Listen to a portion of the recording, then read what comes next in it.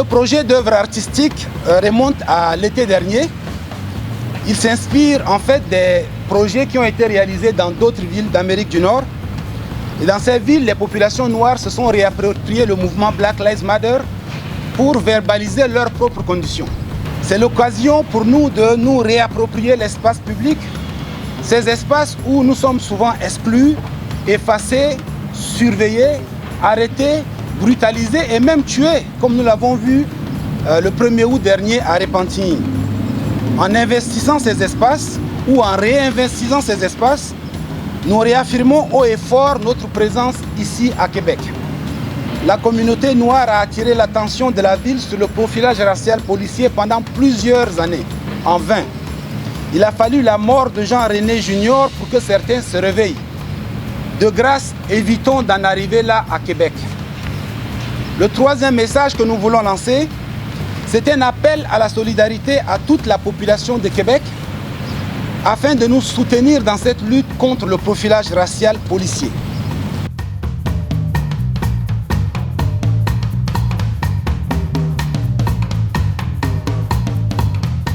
Puis au nombre de témoignages que je reçois, au nombre de témoignages qu'on peut lire, au nombre de choses que j'entends dans ma communauté, je crois effectivement que présentement, il y a une évidence qu'il y a d'un côté des gens qui se disent victimes de profilage racial policier et d'un autre côté, on a la non-reconnaissance d'une telle pratique au sein du SPVQ. Que c'est inconcevable pour les représentants peut-être du corps policier dans leur position de penser qu'ils auraient pu se faire interpeller ou contrôler ou humilier sur leur chemin, soit à l'épicerie ou en allant chercher les enfants à la garderie ou en effectuant des tâches banales de leur vie au quotidien. Fait que la reconnaissance, j'unis ma voix à celle du collectif derrière moi pour non seulement demander la reconnaissance du profilage racial par le SPVQ, ce qui constituerait aussi un début de dialogue, mais en ce sens, le fait de demander aux policiers ou au SPVQ de s'engager à combattre ça en le documentant, c'est aussi un début de solution qu'on propose finalement pour établir un dialogue. La lutte pour les droits et la liberté, la dignité du peuple noir est une lutte de longue haleine. Nier le racisme au Québec, c'est insulter la mémoire des personnes opprimées. Cette œuvre est une œuvre d'inclusion, une œuvre qui demande de l'aide à toutes les communautés afin que les choses changent. Nos pères se sont battus pour restaurer notre liberté.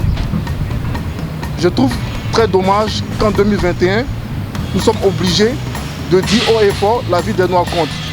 La vie des Noirs doit compter et elle doit compter pour tous. C'est vraiment incroyable, c'est très urbain, c'est très beau, c'est très important aussi. C'est important d'être solidaire aussi, hein? C'est pas juste contre la communauté noire, ces actions-là sont contre tous les citoyens de la Ville de Québec, alors voilà.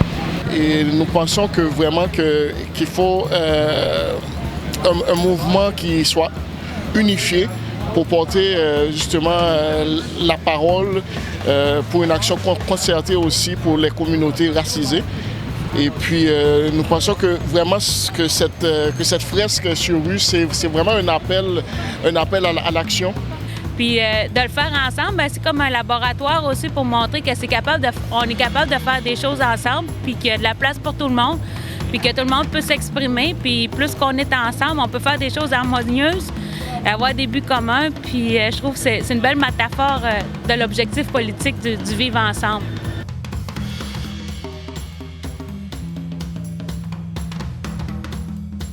Alors, comme vous le savez, aujourd'hui, le monde est devenu un village planétaire. Toutes les vies comptent. Aujourd'hui, je suis heureuse et je souhaite qu'un jour, tous nos jeunes, tous nos enfants, qu'ils soient hispaniques, autochtones, noirs, blancs, peu importe leur couleur de peau, leur origine, puissent se célébrer avec fierté.